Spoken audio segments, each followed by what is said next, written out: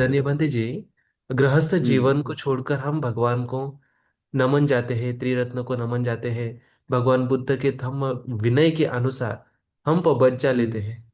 तो अपना जीवन पबज्जा में कैसे बिताना चाहिए, तो इस पर आदरणीय बंदे जी प्रकाश डालिए। बहुत अच्छा, बहुत ही सुंदर विस्तृत प्रश्न पूछे हैं आपने।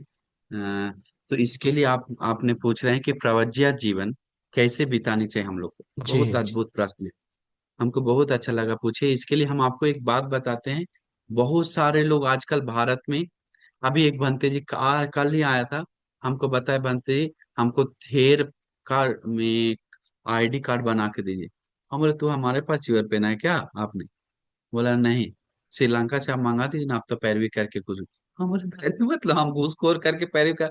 ना हमारे पास चिवर ना पेन है, ना हमारा गुरु जी का शिष्य है। हम आपको थेर, अभी कितना उपसंपदा हुआ, कितना साल हुआ चाहिए उपसंपदा हुआ?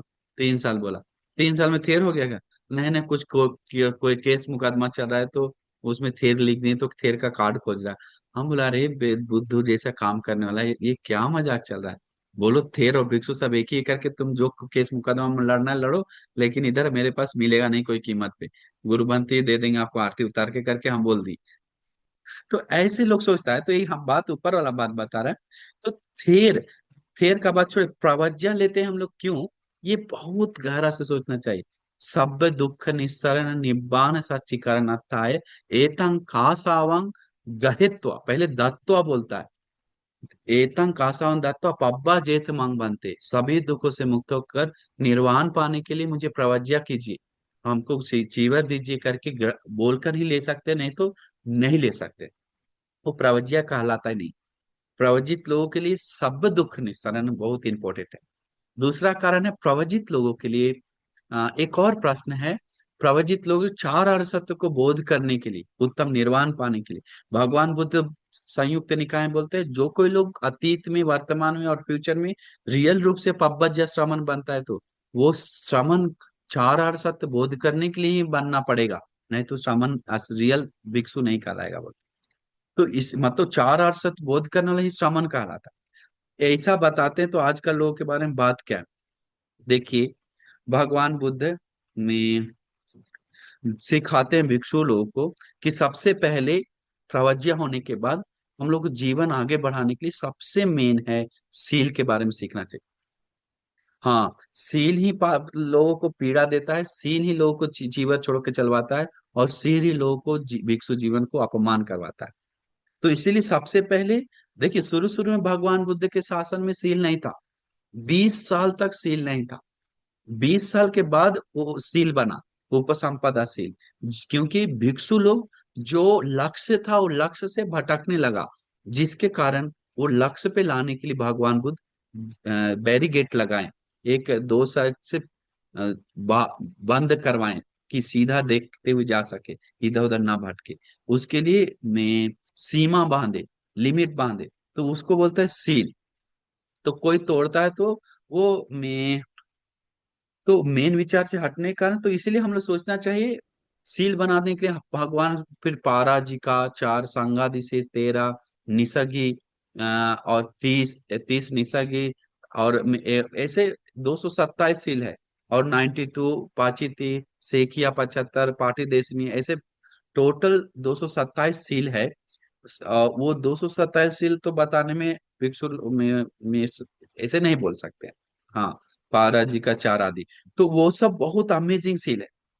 हाँ, क्योंकि भिक्षु लोग को मिट्टी नहीं खोदना है, पेड़ पौधा नहीं तोड़ना है, फूल पत्ती नहीं तोड़ना है।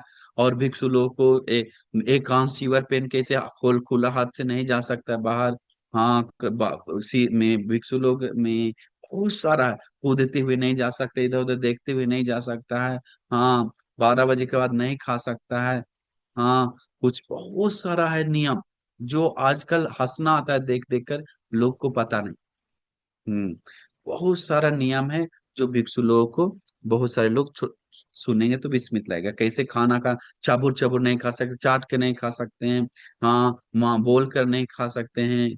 इसका बहुत सारा, खाने के ऊपर, बोलने के ऊपर, चलने के ऊपर, वो बैठने के ऊपर, सोने के ऊपर, हाँ, पहनने के ऊपर, हर चीज के ऊपर सील है।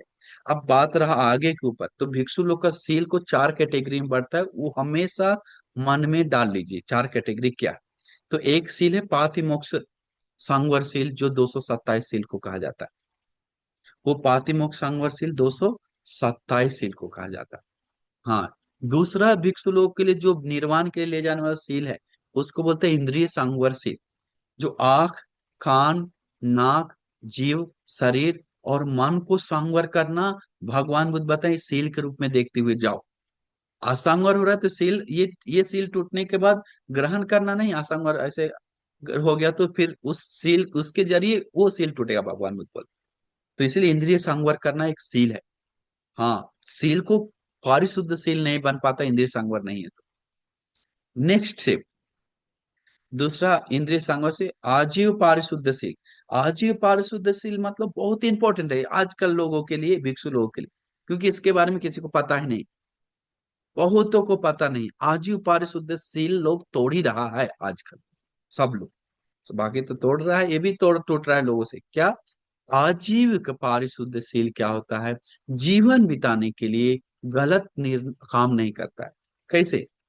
अब आपका मैसेज हम दूसरे को देंगे, हाँ इधर का बात उधर बता रहा है, बता के इधर लेके आता है, हम आपका काम उधर करके देते हैं, सामान पहुंचा के देते हैं, हम जा रहे हैं भिक्षु हैं तो ये करके उधर का, ये जो भी है ना, में लाभ उठाने के लिए लोगों से शादी, जैसे शादी करवा रहा है, लड़का लड़की खोज के दे रहा है, लड़का लड़की खोज करके शादी करवा रहा है, लड़की का जगह बता रहा है, ये सब भिक्षु के लिए एकदम योग्य नहीं है। दवा पानी कर रहा है भिक्षु लोग, या कुछ कर रहा है तो ये सब भी योग्य नहीं है। आजीव पारिशुद्ध किस लिए कर रहा है?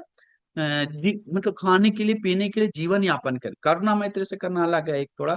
जैसे खाना बना के खिला रहा है, किस दे दिया किसी को, या कोई बीमार पड़े तो तुरंत इमरजेंसी में दवा दे दिया, तो उसमें ये अलग है। एक हो रहा है जीवन बिताने के लिए, मतलब जीवित जीवन बिताने के लिए खाना पीना नहीं मिल पा रहा है उसको, कुटिया नहीं मिल पा रहा है सही से, तो उसके लिए काम कर रहा है, तो भगवान बुद्ध सख्त मना करते हैं इसके लिए। शादीशुदा लगाना तो सख्त मना है, संघादि से बहुत बड़ा आपत्ति दोष है। तो ऐसे शस्त्र आदि बेचना, सामान बेचना भिक्षु लोगों के लिए माना है। हम्म। तो ये सब में जीवन बिताने के लिए अयोग्य काम करना मना है। हम्म। चौथा, हाँ चौथा में जो है प्रत्यसन, क्या बोलते हैं उसको पाली में, प्रत्यसन्निसित शील। ये बहुत इंपॉर्टेंट है, इसको तो कोई किसी को पता ही नहीं, बस समझिए किसी को ही पता नहीं, 99% लोगों को पता नहीं। क्या प्रत्यसन्नि सन्निसिद सन सन प्रत्यसन्निश्रित शील, वो क्या होता है? भगवान बुद्ध बोलते हैं प्रत्यय जो मिल रहा है भिक्षुओं को, वो जैसे खाना है, रहना है, पहनना है और दवा पानी है, ये जो मिल रहा है उसको पटिसंखा योनिसो चीवरं, चीवर पहना है तो ये गाथा बोलकर पहनना है। भगवान देशना करते हैं पटिसंखा योनिसो चीवरं पटि सेवा में यावदेव सीता से पटिघाताय उन्ना से पटिघाताय दंस मकस वाता तप सिरिन सप संपसानं पटिघाताय यावदेव हिरको पीने पटिच्छादनाथं। ये गाथा के बिना किसी को चीवर देना भी मना है। चीवर पहनाते समय गाथा बोलवाता है भिक्षु लोगों को कि बोलना है। तो सोचिए ये गाथा हमेशा भगवान बोले कि चीवर पहनते समय, रखते समय याद करो कि क्यों तुम चीवर पहन रहा है, ज्ञान से मनन करते हुए चीवर पहनो। योनिसो पटिसंखा योनिसो चीवरम पटि सेवा, याव देव सीता से, ठंडा से बचने के लिए, उन्हा से पटिक आता है, गर्मी से बचने, और सीता से पटे, उन्ना से पटे, दान से मकस आता तप सिरिन सप संपस आना, सांप बिच्छा जानवर कीड़ा मकोड़ा से बचने के लिए पहन रहे हैं। यावदेव सीतस्य पटिघात उन्नस पटि दंस मकस वास्ता तब सिरिंस संपत्सान पटिघाता है। यावदेव हिरिकोपिन है, हिरी मतलब लज्जा, लज्जा स्थान को ढके रखने के लिए, बचने के लिए पहन रहे हिरकोपिन पटिछा। तो इस तरह से सोचते हुए, ज्ञान से मनन करते हुए चीवर पहनना, अर्थ समझते हुए बोलता है। हम भोजन क्यों कर रहे हैं? जब भोजन का प्रमाद समझ जाएगा तो पटिसंख्यायुंसो, भोजन पटिसंख्या पिंड पातम पटिसेवा में यावदेव में पाटिसंखायोनिसो पिंडपातम पटिसेवा में ऐसे बोल के ज्ञान से मनन करते हुए भोजन कर रहे हैं। ने वदवाय नमदाय न मंडनाय न विभूषणाय यावदेव सीता यावदेव न मंडनाय न विभूषणाय यावदेव उपन्नानंग। तो ये गाथा क्या है, अर्थ हम बताते हैं। पटिसंखाय, सो ज्ञान से मनन करने के करते हुए हम भोजन ले रहे हैं। पटिसंखाय सो पिंड पातम पटि सेवा में नेव दवाए, मजा के लिए नमदाय, मतलब नशा के लिए नहीं, न मंडनाय सुंदर के लिए, न विभूषणाय यावदेव उपन्नानंग, जो उत्पन्न हुआ वेदना उसको दूर करने के लिए। हाँ, वो यावद उपन्नानंग वेदनानंग पटिघाताय, ऐसे दूर करने के लिए हम भोजन ग्रहण करें। नवंच वेदनम नवोपादाय यात्रा च में भविष्य अनवज्यता च फासु विहार चाहते, जीवन यापन करने के लिए हम भोजन ले रहे हैं, जो जीवन बिता सके, ये सोचने के सोचते हुए लेना चाहिए। कुटिया का भी ऐसा ही है, दवा पानी का भी ऐसा ही है। पटिसंख्या सेना से पटि से सेवा में यावदेव सीता से पटिघात उन्ना से, ऐसे बात है, दवा के लिए अलग है। तो ये सबको जो गाथा बोलकर लेने के लिए भगवान बोलते हैं, तो उसका सील बहुत परिपूर्ण होता है, तेजी से धर्म की बोध की ओर जाता है। तो ऐसे लोगों को बहुत कम है। इसके बाद वो भिक्षु धीरे धीरे भोजन को प्रमाण समझते हुए दिवा रात्रि ध्यान में लगते हुए, अगर वो उपासकों के साथ ज्यादा ना लगाव रखता है, मतलब बंधन धर्म के साथ होना चाहिए, उपासकों के साथ उपासिका के साथ। हम लोग धर्म बता रहे हैं और एक दूसरे में बंधन हो गया, धर्म को छोड़ दी, यहाँ पर फॉल्ट है। तो हम लोग आसक्ति को दूर करने के लिए धर्म चर्चा कर रहे हैं, द्वेष को दूर करने के लिए चर्चा कर रहे हैं। एक धार्मिक दोस्ती रखना चाहिए, ना कि गलत रखना चाहिए। तो ऐसे सोचते हुए करुणा मैत्री से दोस्ती रखते हुए, करुणा मैत्री का संबंधता दोस्ती चलेगा, लेकिन क्लेश के साथ, बंधन के साथ, अकुशल के साथ दोस्ती हमारे लिए अच्छा नहीं, आपके लिए अच्छा नहीं, दोनों के लिए अच्छा नहीं। तो ये बहुत बड़ा पॉइंट है और बोलने के लिए बहुत समय हो गया। तो इसीलिए हम लोग समझना चाहिए भिक्षु जीवन सुंदर से बिताने के लिए बहुत कुछ कारण हम लोग को साथ देता है, ये बात है।